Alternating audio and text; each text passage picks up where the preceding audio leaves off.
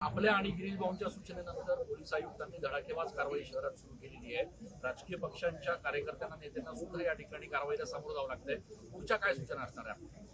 निश्चितपणे मी स्वतः सीपींना पूर्ण मोकळीक दिलेली आहे आणि अतिशय चांगल्या पद्धतीनं या ठिकाणी काम चाललेलं आहे।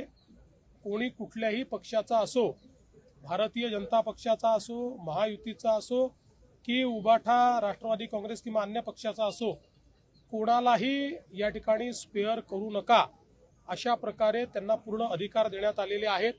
त्यामुळे मला असं वाटतं की ही जी काही गुन्हेगारी आहे आणि विशेषतः गुन्हेगारी करत असताना काही लोक त्याला जो राजाश्रय देण्याचा प्रयत्न करतात, वेगवेगळ्या पक्षात त्या ठिकाणी राजाश्रय देण्याचा प्रयत्न करतात, तर अशा सगळ्या गोष्टींना मोडून काढायचा आम्ही या ठिकाणी निर्णय घेतलेला आहे। आणि सगळ्यात महत्त्वाचं आहे की कोणाचा काही पास्ट असो, पण आता जर कोणी गुन्हेगारीमध्ये जात असेल किंवा गुन्हेगारीत आढळेल तर त्याला आम्ही सोडणार नाही।